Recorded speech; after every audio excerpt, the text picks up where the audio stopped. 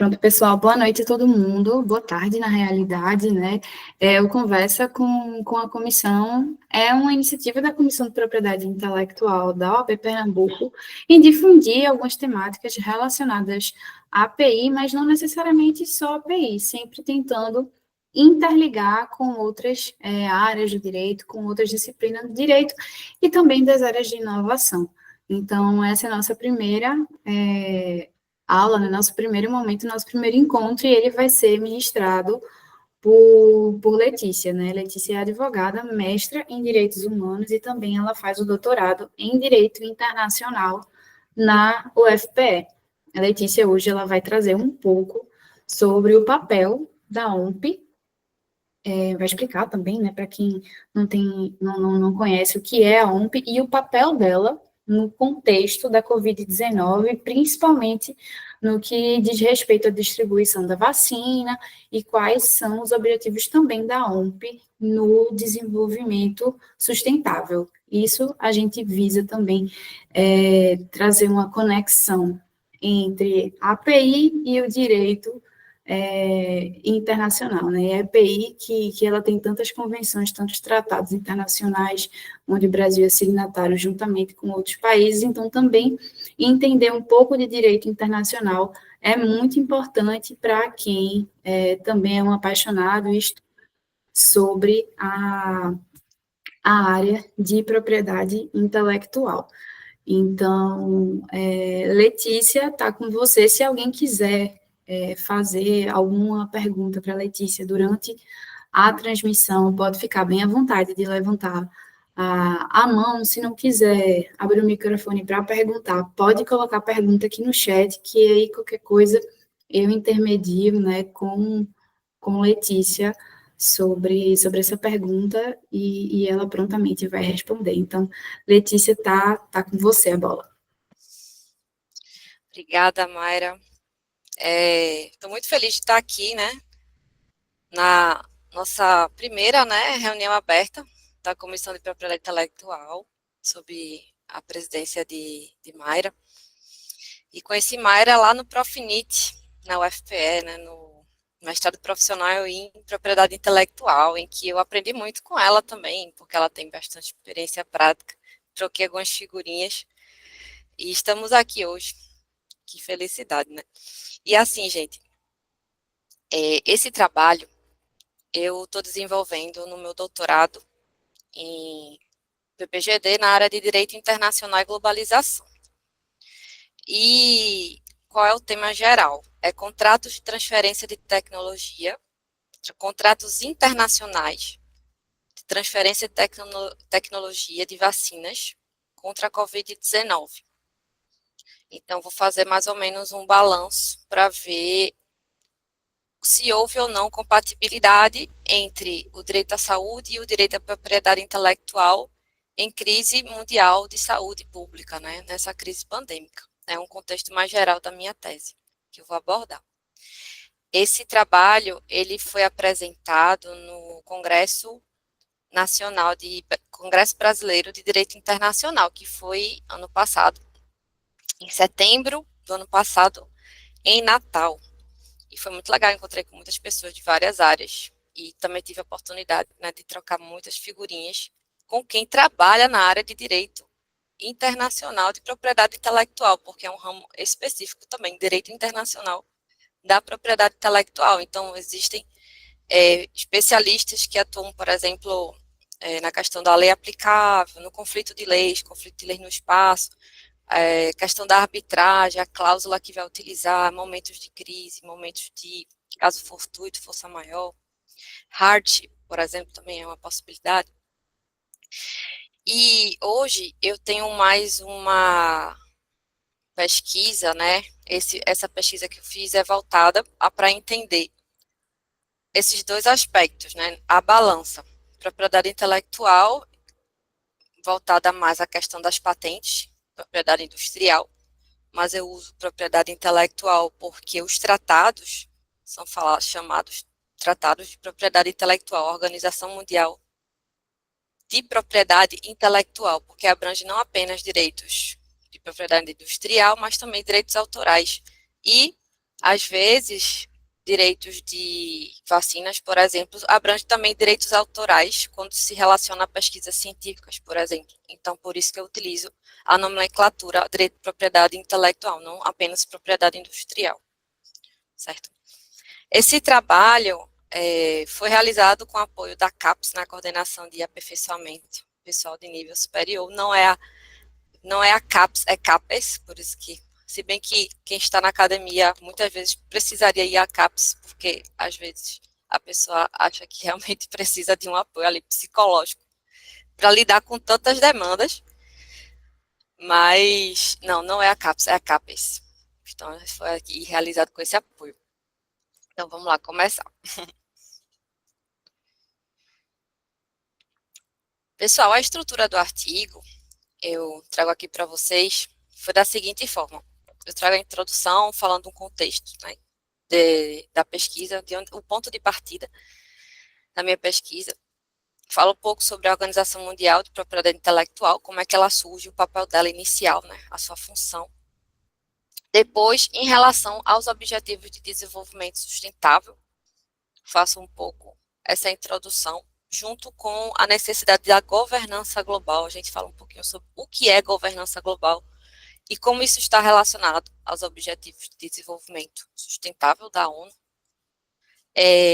Também a importância da propriedade intelectual para essa agenda de desenvolvimento sustentável. Então, é realmente entrelaçada, né? Propriedade intelectual e desenvolvimento sustentável, eles estão realmente muito ligados. As medidas que a OMPI, né, a Organização Mundial de Propriedade Intelectual, o que ela fez, quais as medidas ela tomou nesse momento de crise sanitária e uma conclusão. Tá?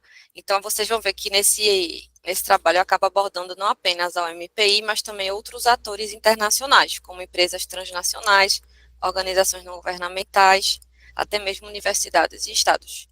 Apesar do foco ser o papel da OMPI durante a pandemia. A metodologia foi essencialmente documental, através de sites da internet, relatórios também de organizações internacionais, principalmente a Organização Mundial de Propriedade Intelectual tem também vários relatórios interessantes. Convenções internacionais, certo? E também utilizamos resoluções e o método dedutivo. Além disso, tivemos a pesquisa bibliográfica e destaquei aqui tanto os documentos que eu usei de forma, digamos assim, mais robusta, com maior ênfase, e também as partes bibliográficas. Então, por exemplo, os documentos principais foi a resolução da ONU sobre os Objetivos de Desenvolvimento Sustentável. Então, tem toda uma declaração de intenções, o contexto pelo qual surge a Agenda de Desenvolvimento Sustentável. A Convenção de Estocolmo, né, 67, o Acordo TRIPS, que é o Acordo Trade-Related Aspects of Intellectual Property Rights, que é aspectos de direito de propriedade intelectual, né, comércio, direito de propriedade intelectual.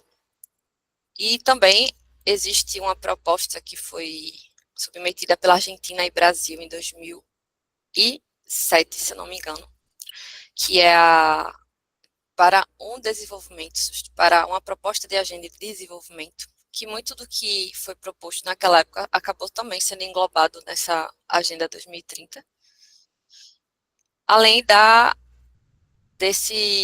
dessa reportagem, né, desse artigo da própria OMPI, que é Propriedade Intelectual, Inovação e Acesso e Covid-19, Acessibilidade e Covid-19, que a própria OMPI elaborou.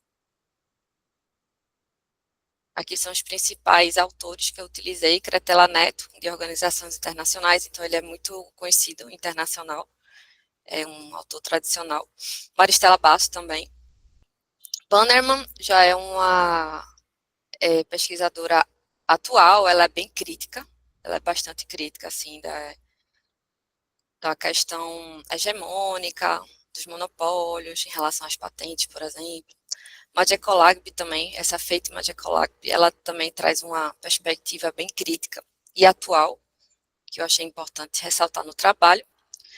E um artigo aqui que eu gostei muito, elaborado pelos brasileiros Menezes e Falcão, que é Henrique Zeferino Menezes e Daniela de Santana Falcão. Poder e autonomia das organizações internacionais, OMPI, a OMP, na governança dos direitos de propriedade intelectual. Achei bem interessante esse artigo, então, bem, foi uma base bem sólida nesse desenvolver da pesquisa. Então, vamos lá para a introdução, gente. Eu costumo dizer que falar da pandemia parece que gera certo ressentimento. Eu sinto que as pessoas não querem muito abordar aquele momento que nós passamos, que foi realmente um momento traumático, né, na história da humanidade, um momento que muitas vezes a gente não quer lembrar, que a gente passou tanto tempo trancado em casa.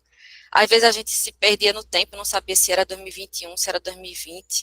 Já várias pessoas eu conversei e tem às vezes essa confusão de saber mais ou menos em que época do ano está ou não está.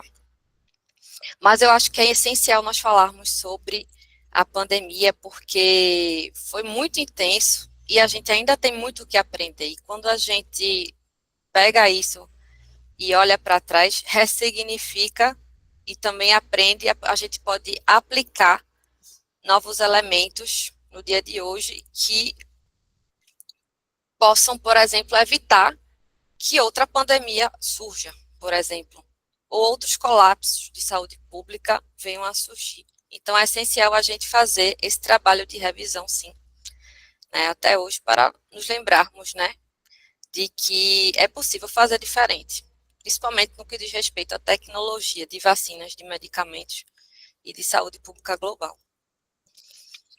Então, a introdução na crise sanitária mundial, mais de 700 mil pessoas mortas no Brasil, no mundo, mais de 7 milhões de pessoas mortas por causa da pandemia que surgiu de uma forma tão, digamos assim, tão intensa que muitas pessoas chegaram a comparar com a questão da Segunda Guerra Mundial, que era uma crise tremenda desde a Segunda Guerra Mundial, pela amplitude, né, mundial que se tornou.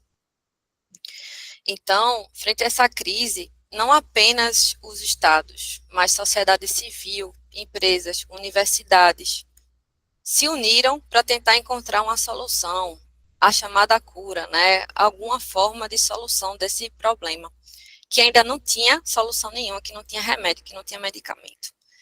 Então, muito mais por necessidade do que por cooperação, por colaboração, houve muitas parcerias no âmbito de governos com empresas, universidades e muitos outros atores internacionais, inclusive ONGs e hospitais, para tentar realmente encontrar soluções, né? Uma vacina possível. Naquela época, a Organização Mundial de Saúde ela publicou a resolução que reconheceu o direito à vacinação como um bem público global, para que houvesse a intenção de que as vacinas pudessem estar disponíveis de forma não exclusiva e nem discriminatória. E aí está um problema, porque de um ponto, o direito à vacinação é um bem público global, mas as vacinas não. As vacinas estão sujeitas muitas vezes aos regimes de propriedade intelectual internacionais e nacionais, que precisam ser observados, mas até onde precisam ser observados, mesmo numa emergência tão forte de saúde pública. Até que ponto as patentes elas são interessantes? Até que ponto as patentes elas são interessantes promover para promover o acesso à tecnologia? Porque uma coisa é você ter a tecnologia, outra coisa é você ter o acesso. Então, a questão do monopólio pode e muitas vezes atrapalha o acesso. E até que ponto isso pode auxiliar ou não a vinda de um medicamento novo, o advento de uma vacina nova. Então, vou trazer aqui para vocês algumas iniciativas que aconteceram nessa época, que eu também descobri coisas que eu fiquei impressionada. Oi, Vitória, pode falar.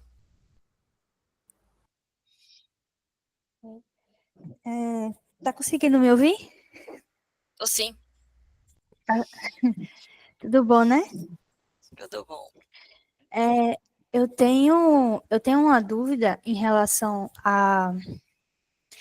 ao nosso estado, né? Em relação ao nosso estado de cidadão brasileiro, porque a maioria do pessoal aqui não tem muito acesso ao conhecimento, né? Como ciência, eu falo como ciência, e infelizmente vem de uma forma ruim, ou porque é algo novo, elas têm medo de aceitar esse algo novo, né? E aí eu gostaria de saber qual o papel, ou o que vocês aprenderam sobre esse advento para poder lidar com novas possibilidades, para poder prevenir novas emergências que possam surgir, que sejam assim parecidas ou semelhantes com a Covid. Quais propostas vocês conseguiram ter para poder prevenir qualquer situação assim e também fazer com que as pessoas consigam ter mais acesso e consigam entender esse tipo de situação? Eu acho que deu para entender assim, tentar resumir. Deu? Durante a apresentação eu vou responder, que a proposta vem mais ao final, uma possível saída, tá certo? Aí eu vou continuar e depois eu destaco. Pode ser? Pronto. Obrigada, Vitória. Então, eu vou falar sobre isso, né? Sobre possíveis saídas, o que ocorreu, o que deu certo, o que pode dar mais certo. Então, vamos lá. Então, é justamente esse contexto, né? De um lado, temos o mecanismo de proteção aos direitos de propriedade intelectual, que são importantes, mas de outros temos a parceria, né? Temos a necessidade de acesso a medicamentos relacionados à saúde pública global, né? Nesse caso, vacinas contra a Covid-19. Então, vamos lá. Quais são as duas eu acho que não, por enquanto aqui.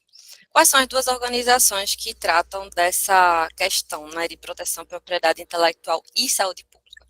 Como o próprio nome diz, temos a Organização Mundial de Propriedade Intelectual, que é a OMP, vai falar sobre esses aspectos realmente relacionados a direitos autorais e direitos de propriedade intelectual. E de outro, a gente tem a OMS, que é a Organização Mundial de Saúde. Mas não apenas elas, nós também temos a Organização Mundial do Comércio, porque a saúde, ela não é a saúde, não. Rapidinho, gente. A minha irmã entrou aqui, pronto. Porque, gente, o que acontece?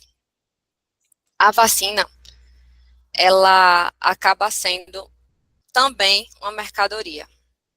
Infelizmente, a gente aí não pode limitá-la a uma mercadoria, tanto que ela diz que é sui generis, né? Bem sui generis. Mas ela também é uma mercadoria, então logo ela também está relacionada à Convenção TRIPS, por exemplo, sobre aspectos de propriedade intelectual. Então a OMC também está aí entre as três principais organizações mundiais que relacionadas à questão das vacinas. E no meio dessa discussão, a gente acaba vendo se tem uma relação ou não entre essas três organizações mundiais. E como isso se dá em relação aos Objetivos de Desenvolvimento Sustentável da ONU, né? Que a gente diz, o sistema onista da ONU é um sistema universal. Então, esse sistema universal que traz uma Agenda 2030 de desenvolvimento sustentável, ela, aparentemente, né, ela, de forma dedutiva, deve ser seguida pelas outras organizações também. Como as outras organizações seguem ou não essa agenda? Então, isso também a gente coloca em pauta. Principalmente no objetivo 3, deixa eu ver aqui. No objetivo 3 da ONU, que é saúde e bem-estar. Então, tem aqui. Eita, voltou. Tem a saúde e bem-estar. e também a questão da indústria, inovação e infraestrutura, principalmente esses dois objetivos de desenvolvimento sustentável. Industrialização inclusiva para inovação, inclusive, se chama. Industrialização inclusiva para inovação. Inclusiva para inovação.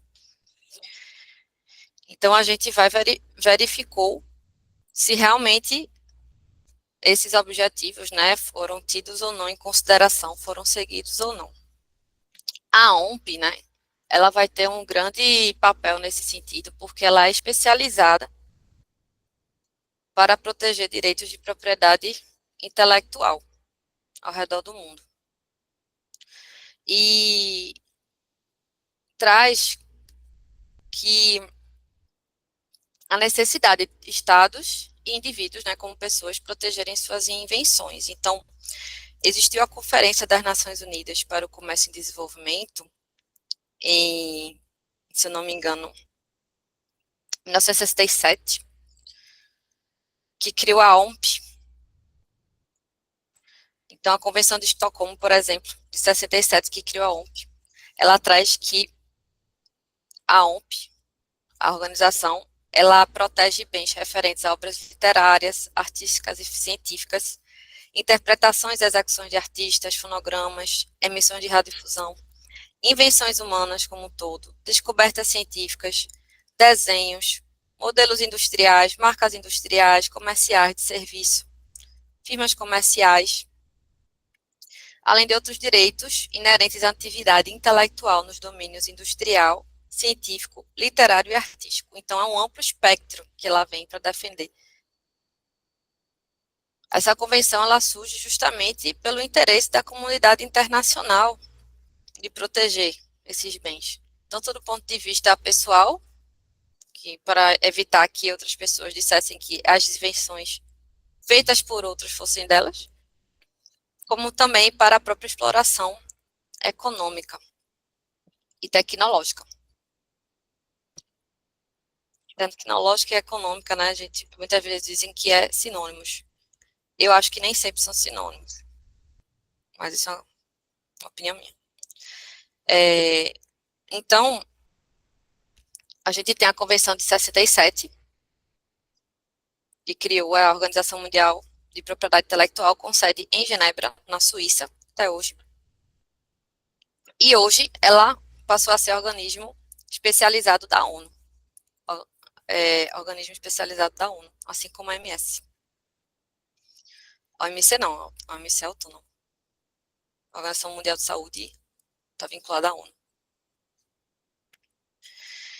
Então, ela tem a função primordial de incentivar essa atividade de criação, proteção da propriedade intelectual, incluindo obras literárias e artísticas.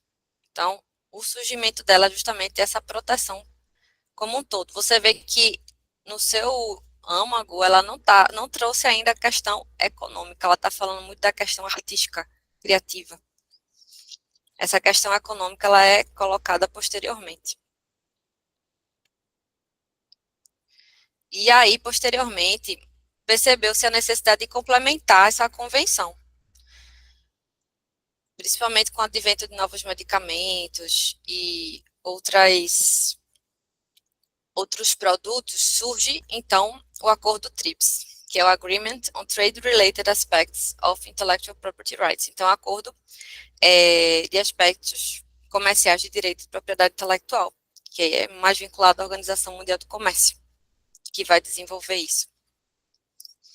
E ele tenta preencher essas lacunas, né, que existiram na convenção, que ainda não tinham sido preenchidas, com a intenção de criar um mínimo padrão de regras relativas à propriedade intelectual de forma uniforme, de forma uniformizada, mundialmente, que pudesse englobar o máximo de países possível.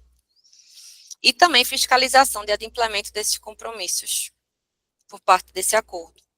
E por que a OMC ela foi escolhida? Porque ela tem um mecanismo de solução de controvérsias muito evoluído.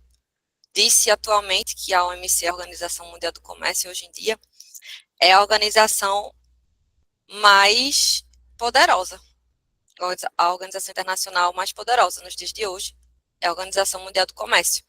E um desses motivos, eu digo sempre que um desses motivos é porque lida com um aspecto muito sensível do corpo humano, que é o bolso. Então, ela lida com o aspecto financeiro, então ela é hoje em dia mais evoluída. Inclusive, tem maiores repercussões em relação a esse mecanismo de solução de controvérsias. É muito eficaz. Esse mecanismo é muito eficaz. E aí, o TRIPS, ele deve ser interpretado em relação à Convenção de Paris para a Proteção da Propriedade Intelectual, de 67, a Convenção de Berna, relativa à proteção de obras literárias e artísticas, que a última revisão foi de 71, a Convenção Internacional de Roma para a Proteção de Artistas e Intérpretes, Produtores e Fonogramas, tem o Tratado de Washington para a proteção de propriedade intelectual, em matéria de circuitos integrados, além de procedimentos interpartes. Existem muitas convenções relacionadas à propriedade intelectual que muitas vezes nem ouvimos falar, mas é muito importante a gente saber da sua existência, até como material de aplicação do direito. Então, quando a gente vai defender um cliente, por exemplo, ou elaborar um contrato, a gente ter esses documentos como fontes materiais nos ajuda a entender melhor o que o nosso objeto, né, de estudo, nosso objeto de trabalho. E até uma especialização, a gente adquire até uma especialização maior naquilo.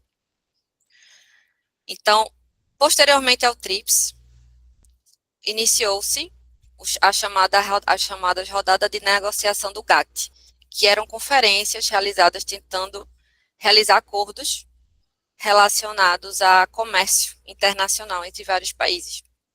E por que foi importante as rodadas GATT? Porque foi a primeira vez que começaram a debater sobre a necessidade de incentivar empresas farmacêuticas a desenvolver novas pesquisas e novos medicamentos. E naquele momento, nas rodadas GATT, as indústrias farmacêuticas se beneficiaram no sentido de que passaram a ter direito de uso de 20 anos de patente sobre medicamentos. Então, direito de exclusividade e uso sobre medicamentos durante 20 anos.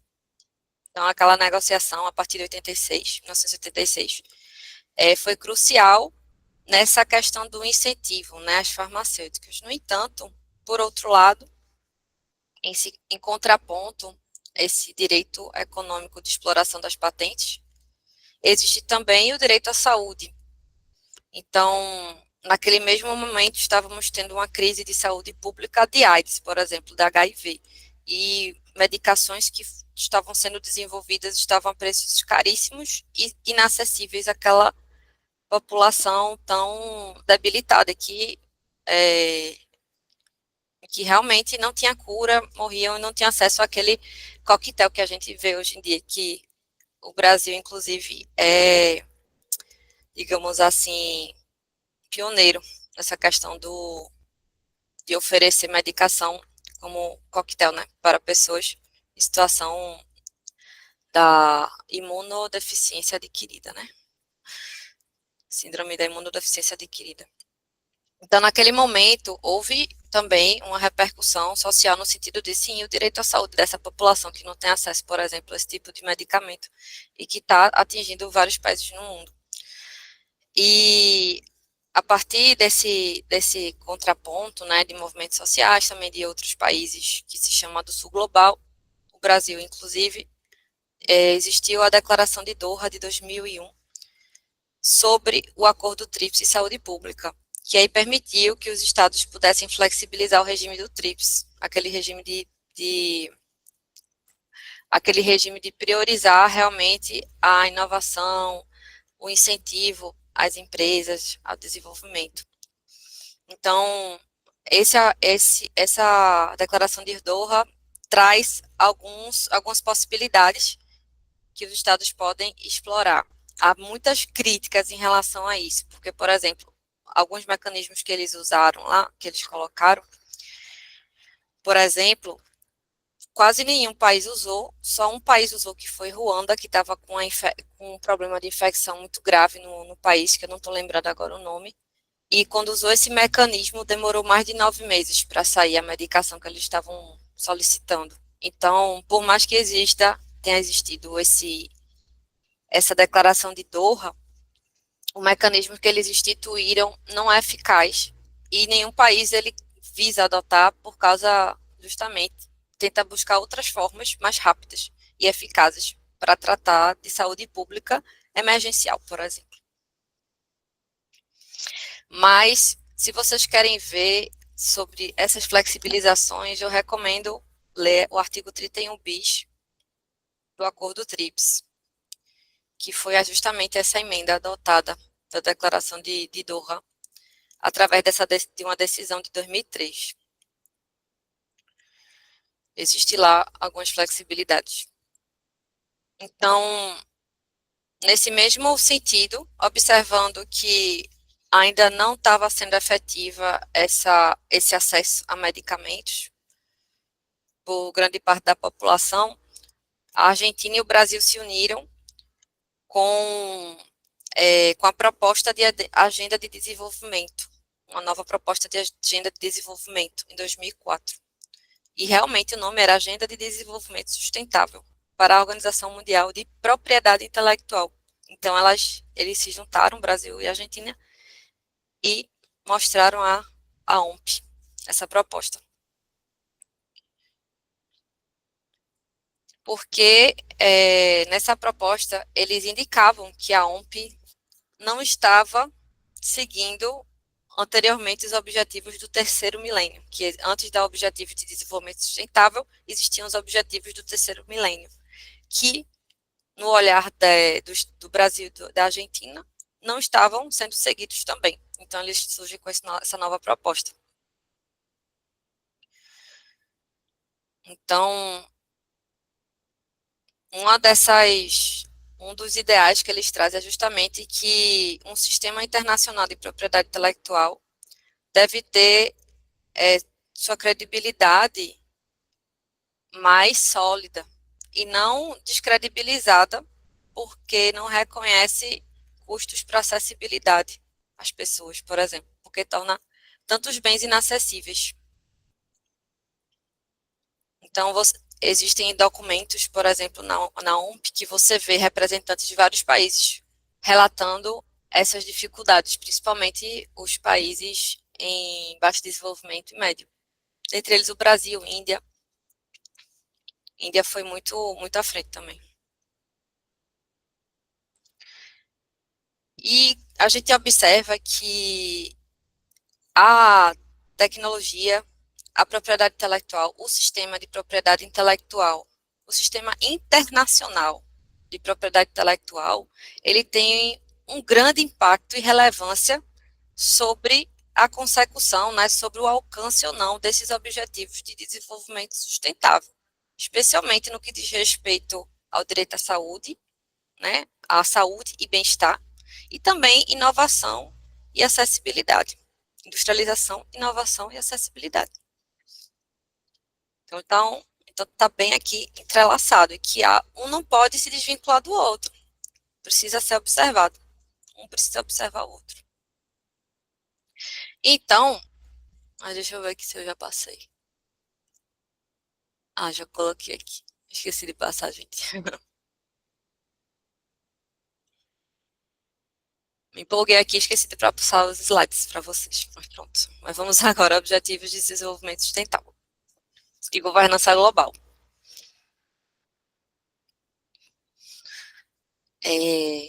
Como eu disse anteriormente, essa resolução de 2015, que é a RES 71, foi em 2015, a resolução 2015, ela traz a Agenda 2030 de Objetivos de Desenvolvimento Sustentável, que considera cada uma dessas metas indivisíveis, integradas, entrelaçadas, indivisíveis, que devem ser aplicadas de forma universal, considerando diferentes realidades, diferentes países, diferentes culturas, diferentes níveis de desenvolvimento, respeitando as políticas e prioridades nacionais, né, de cada estado tem uma política e uma prioridade, e também diferentes abordagens, visões e ferramentas disponíveis para alcançar o desenvolvimento, esse desenvolvimento sustentável. Por outro lado, a governança global, né, muitos trazem como alternativa viável atualmente para a gente alcançar um bem-estar da população em geral. Como assim? Princípios em geral a serem seguidos. Como eles podem ser observados, né? A melhor forma de gerenciamento. Disse que é através da governança global. E o que é essa governança global? A governança global, ele coloca todos os atores no debate para a tomada de decisões e acordos internacionais. Quem são esses atores? São não apenas os estados, Brasil, China, Estados Unidos, França, não. São também pessoas, indivíduos, são organizações não governamentais, são universidades, são até grupos de pesquisa. Então, são vários atores, empresas, colocar todo mundo para conversar, para tomar decisões, estabelecer acordos, de forma, digamos assim, sem hierarquizar, mas de uma forma mais, digamos assim, horizontal, se a gente pode chegar nesse sentido. No entanto, apesar dessa proposta de não ter tantas hierarquias assim, de ser algo mais realmente pareado, disse que as organizações internacionais, elas têm mais possibilidade de exercer essa governança. Por quê? Porque dela fazem parte vários atores internacionais, além dos estados. E ela já tem uma institucionalização, um corpo burocrático que auxilia até na execução daquelas funções. Então, a governança global, ela está atrelada também à agenda de desenvolvimento sustentável, de forma que a gente precisa, de modo a alcançar aqueles objetivos, é preciso gerenciar as ações. Essas ações são gerenciadas através do que? Da governança global, que devem ser feitas principalmente em relação a organizações internacionais, é um ponto de vista. Por quê? Porque ela já tem um corpo burocratizado e é um espaço aberto para colocar pontos de vista, estados, empresas, organizações não governamentais. Então, realmente, eles colocam todos esses atores para conversar. As organizações internacionais fazem muito esse papel. E a propriedade intelectual exerce uma função de promover ou impedir a saúde e bem-estar por meio de patentes. Então, a patente pode ajudar, mas também pode prejudicar. Vai depender do momento, da forma pela qual ela é feita, do contexto mundial. Então, sobre medicamentos e produtos médicos, determinadas patentes, por exemplo, poderiam incentivar pesquisa e desenvolvimento, mas de outra forma não está incentivando, né, está prejudicando. Eu vou trazer alguns exemplos. Então, tá. Então, apesar do discurso predominante de que a propriedade intelectual deva promover inovação, alguns pesquisadores levantam dúvidas no sentido de que a propriedade intelectual pode travar ou mesmo impedir determinada inovação em determinadas circunstâncias. Então, a propriedade intelectual, além disso, é tida como uma ferramenta capaz de reduzir a pobreza, mas também ela pode produzir e reproduzir desigualdades entre países ricos e pobres, principalmente. E quem traz isso é Boudry e Levine, nas pesquisas que ele realiza justamente sobre a propriedade intelectual, que da mesma forma que ela pode realmente reduzir a pobreza de uma forma geral, ela pode ampliar a desigualdade entre países. É paradoxo, né? Mas é isso. A sociedade moderna é paradoxal. E quais foram as medidas tomadas pela OMP? Oi, Caio, pode falar. Parabéns, eu tenho posição até agora, está bem ilustrativo. Oi? Mas sobre essa questão, está bem? Você está me ouvindo aqui? Não tô ouvindo bem. Tá um pouquinho ruim, Caio. Bota mais perto para ver se a gente consegue te escutar melhor. Segura um pouquinho que eu vou ajeitar o microfone. Tá bom. É porque tá um pouquinho abafado. Mas ele disse que ia ajeitar. Ah, certo. Melhorou agora? Agora. Melhorou. Pronto.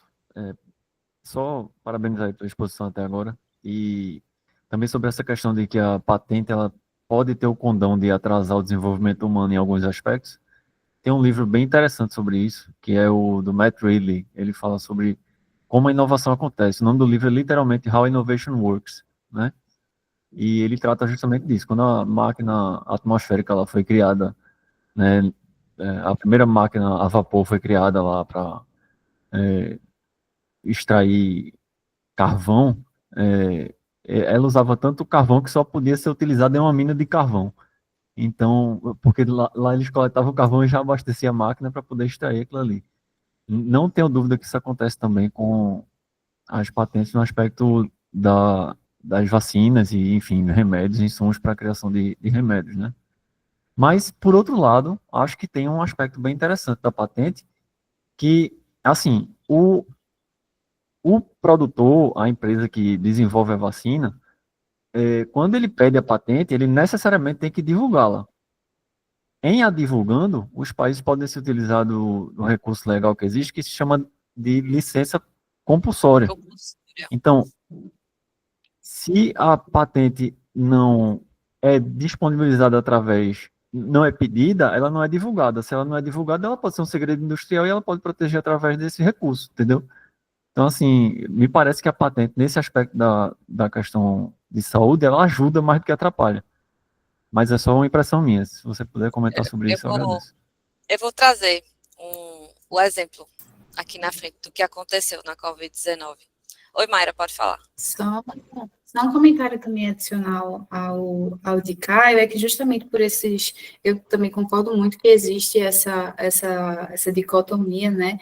Mas também ao divulgar, quando a patente passa pelo processo, né, dentro de seus escritórios internacionais e esses documentos são publicados, os outros players também que estão no segmento, eles também se utilizam daquilo para tentar alavancar um novo fármaco, uma nova invenção, então também, querendo ou não, acaba sendo um instrumento também da concorrência, né, de tentar melhorar, trazer alguma melhoria funcional àquilo, enfim, ou trazer algo inovador, tomando como base aquela anterioridade.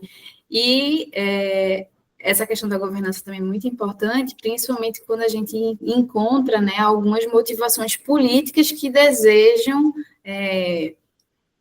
mudar as regras do jogo, né? Recentemente a gente teve a questão do Monjaro, não, como é o outro? Ai, meu Deus, eu esqueci o nome que o pessoal toma para emagrecer. Ozempic, né? Que se a farmacêutica pedir um aumento do prazo, né, da patente aqui no Brasil, quando já não era mais quando não é viável, né? Nossa lei é muito taxativa em relação aos prazos, principalmente após a última decisão do Supremo. Então, a questão da governança internacional tem que ser um ponto muito levado em consideração, porque as governanças internas, vamos dizer assim, elas são muito abaladas pelas questões comerciais e empresariais. E não só internas, mas externas também. Questões empresariais também são externamente, elas são muito fortes.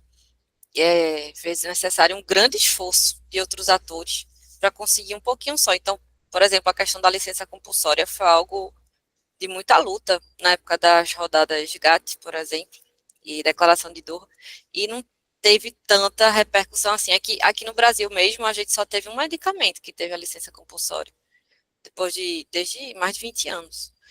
Então, são conquistas que, felizmente, é muito pouquinho para o que, em relação à questão de saúde pública. Então, aqui eu vou mostrar para vocês o que a OMP fez o papel e vou mostrar uns exemplos de como a patente ela pode prejudicar. Vou mostrar aqui para vocês uns exemplos. Então, quais foram as medidas tomadas pela OMP? Ela tomou medidas interessantes.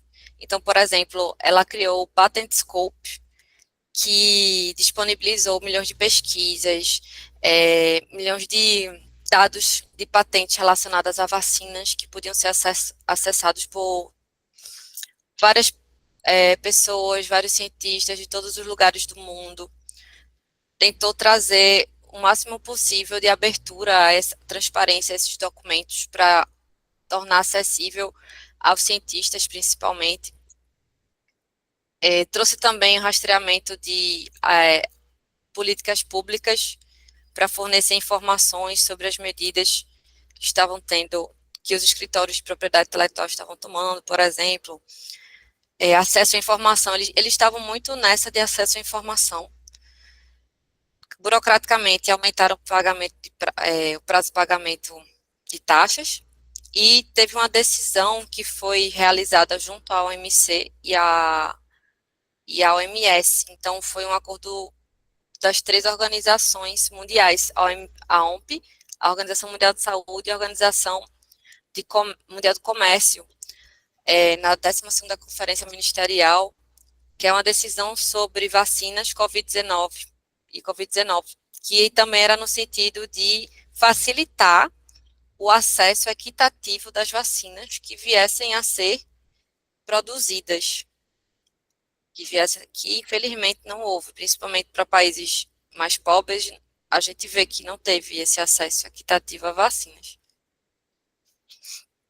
Então, apesar das medidas tomadas pela organização, a propriedade intelectual não foi um motor significativo para a inovação, a gente verificou isso nos estudos. Então, não foi a propriedade intelectual um motor significativo.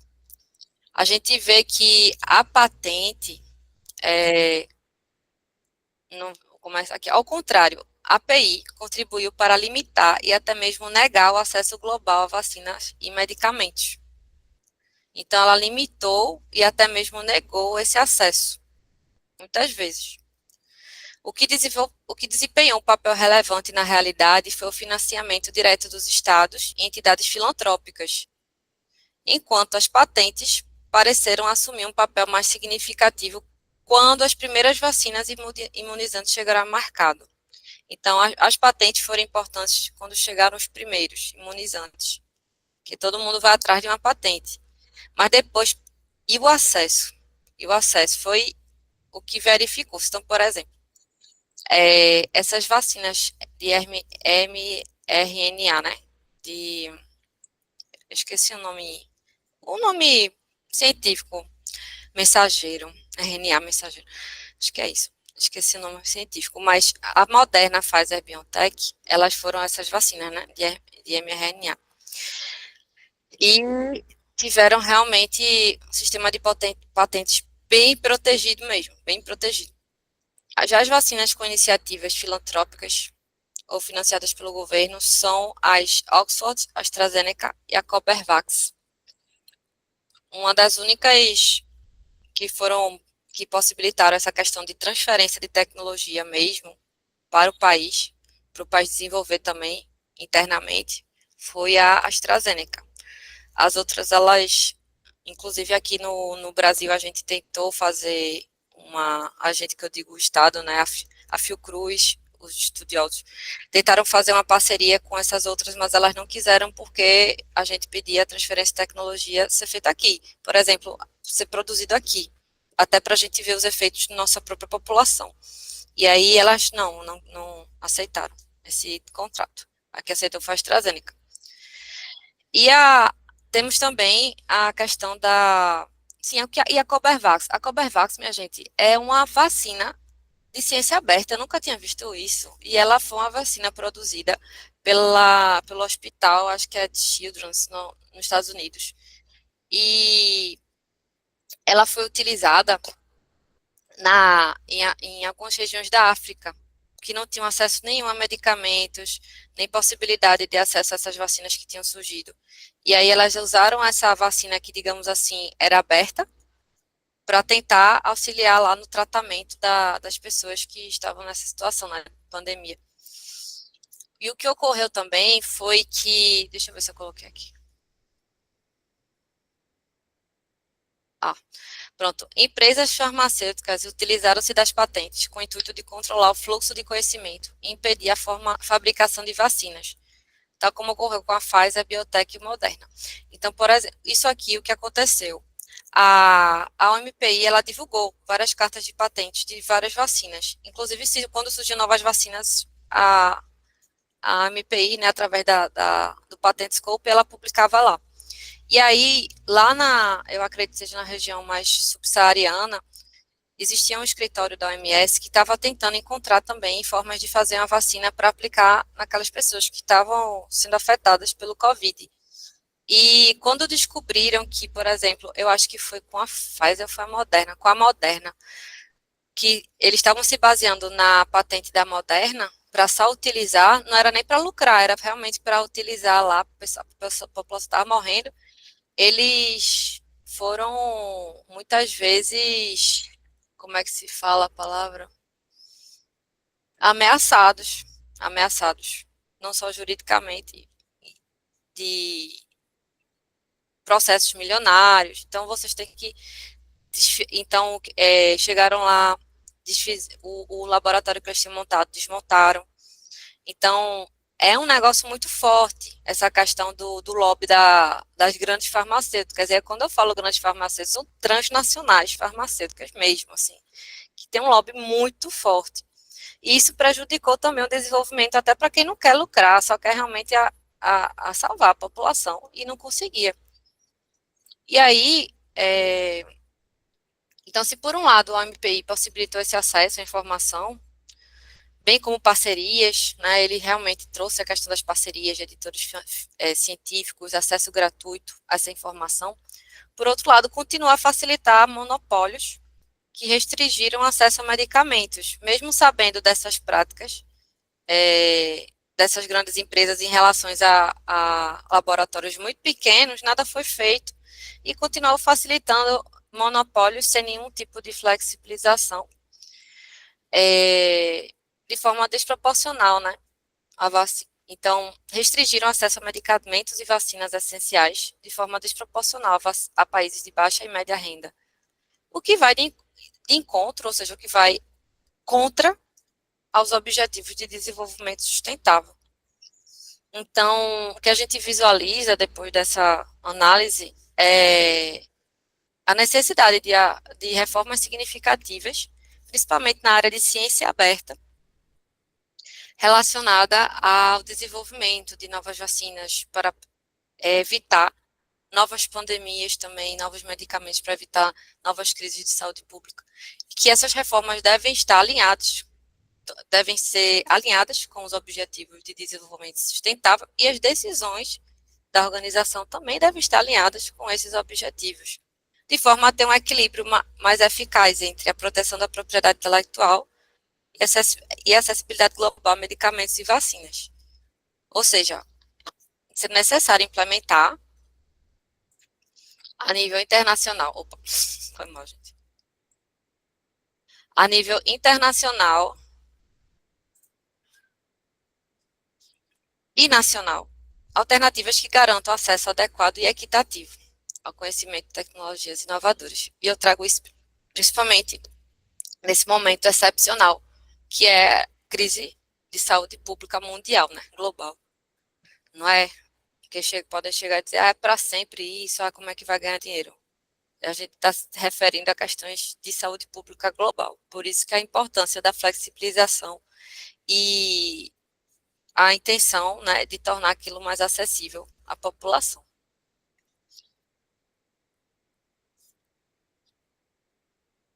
Obrigada. Muito bom, muito bom. Eu me lembro muito bem desse momento da pandemia, que eu ficava horrorizado vendo as notícias e vinha no meu pensamento justamente a questão das licenças compulsórias e vinha aquilo repetidamente na minha mente. Caramba, ninguém conhece esse recurso legal, ninguém usa, como assim? Faltou, na verdade, não foi dispositivo Mas legal, usa, faltou pulso do governo, faltou mas pulso de usa. todos os governos. Mas usa é porque essas empresas, elas têm um lobby tão grande que você não consegue fazer com que aquele medicamento tenha uma licença compulsória no país. Elas têm uma rede digamos assim, de atuação tão grande que é muito difícil você conseguir essa aprovação de licença compulsória. Tanto que a gente só tem um medicamento, mais de 20 anos que teve a licença compulsória. É como se ele fosse colocar. Eu percebi durante a pesquisa que é como se o mecanismo de licença compulsória tivesse sido criado para falhar. A impressão que eu tive foi essa, infelizmente. Que realmente Entendi. Oi, pode falar. Entendi. A sensação é que a gente está no meio do incêndio e é proibido falar sobre água. Entendeu? A sensação é essa. Porque existe o dispositivo legal, ninguém usa, assim, não consegue usar por causa do lobby dos caras. Pra mim isso é surreal. É. Oi, Mayra. Eu comungo também eu comunguei dessa mesma ânsia durante a pandemia, né? Entre tantas as outras que a gente também suportava durante aquele período horroroso na vida global. Mas eu vou fazer só uma pergunta específica antes da gente finalizar, para não avançar muito na hora do pessoal que está aqui. Um contrato muito importante que o governo brasileiro fez através da Fiocruz, na realidade, né? Foi o contrato da vacina da AstraZeneca. É um contrato, inclusive, que ele foi averbado junto ao INPI, um contrato de transferência de tecnologia que foi devidamente averbado no INPI, está lá registrado, quem tiver interesse em buscar mais sobre ele, é um documento público. Letícia, você acha que nesse contrato em específico, né, onde a gente consegue ter um acesso melhor a essas informações, houve algum tipo de cumprimento, né, dessa tentativa mais sustentável de tornar aquele medicamento mais acessível, nesse caso em específico da AstraZeneca, houve alguma intenção, algum interesse de formar ele de fato mais ser produzido aqui, distribuído, como foi? Existiu algum interesse no desenvolvimento sustentável nesse contrato em específico? Eu acredito que sim. Inclusive, o contrato, né, da AstraZeneca com a Fiocruz foi feito através de um processo licitatório chamado emenda tecnológica. E como intenção, declaração de intenção, teve justamente o requisito de que após a rodada de negociações, né, foi o requisito de que a vacina pudesse ser confeccionada aqui também, tivesse essa transferência de conhecimento para cá, essa transferência de tecnologia. E as outras não simplesmente não davam resposta ou se negavam a cumprir, justamente para, além de a gente não ficar somente dependente completamente da tecnologia de outro país, a gente também desenvolver internamente nossas capacidades científicas, né, e tecnológicas de desenvolvimento de medicamentos, vacinas. E eu acredito que, em comparação a essas outras, existiu. A gente tem algumas críticas, né, que podemos fazer, que poderia ser melhorado, mas como a gente vê que as outras foi feita de uma forma muito desigual, foi feita de uma forma até às vezes agressiva mesmo, relacionada até outros laboratórios menores, a gente vê que o Brasil, né, tendo esse pulso de dizer, não, a gente quer produzir aqui, a gente quer produzir aqui também. Só de fazer isso já foi uma conquista, digamos assim, né? Para que a gente não ficasse totalmente submetido a essa desigualdade, que a gente já tem muita desigualdade tecnológica, né, em relação a outros países. Mas a gente precisa ainda, digamos assim, ainda existem críticas no sentido que a gente poderia melhorar essa questão da transferência de tecnologias, porque muito do que até as melhorias, porque quando a gente vai ver os contratos, também tem a questão das melhorias. Então, as mesmas melhorias são realizadas, são transferidas, né, a, para a farmacêutica de origem. Mas pelo fato da própria AstraZeneca também, ela está vinculada àquela fundação Melinda e Bill Gates, que é sem fins lucrativos, diminui um pouco essa questão do foco apenas a proteger para lucrar, né? Esse foco apenas é um pouco mitigado, digamos assim. Entendi. Obrigada pela ótima resposta. Então, pessoal, acho que por hoje é só. Se alguém... Ah, Robertinho tem uma pergunta. Pode falar, Roberto. Não, filho, só para parabenizar pela fala também. É isso, Obrigada, Roberto. Obrigada. É sempre bom. É sempre bom. É sempre bom ver elogios, né, Letícia? Pessoal, só para não avançar muito a hora, essa gravação vai ficar disponível no YouTube, caso vocês queiram rever, Letícia queira compartilhar também com seus outros alunos, como Vitória, que está aqui, os outros membros da comissão também que não puderam participar também vão ter acesso a esse ótimo conteúdo. Muito obrigada, Letícia, essa foi nossa primeira conversa com a comissão, a gente espera que esses momentos, né, entre uma hora e outra, a gente possa também trazer outros tipos de assuntos, sempre relacionando a API, não ser só aquelas coisas que a gente já, de advogado, já vê todo dia, né? Como registrar uma marca, como é um processo de uma patente, tentar trazer temas que são mais diversos e mais multidisciplinares para a gente conseguir aumentar, né, o nosso arcabouço, né, de conhecimento e também dialogar com outras áreas, como no caso do direito internacional, que é muito importante, que também acaba envolvendo contrato, ESG, várias outras coisas atreladas. Então, muito obrigada, Letícia. Eu vou encerrar agora a gravação. Agradeço a todo mundo que está presente. Eu vou só encerrar a gravação e aí a gente faz os agradecimentos finais internamente, tá? Obrigada, Letícia, obrigada a todo mundo e até a próxima.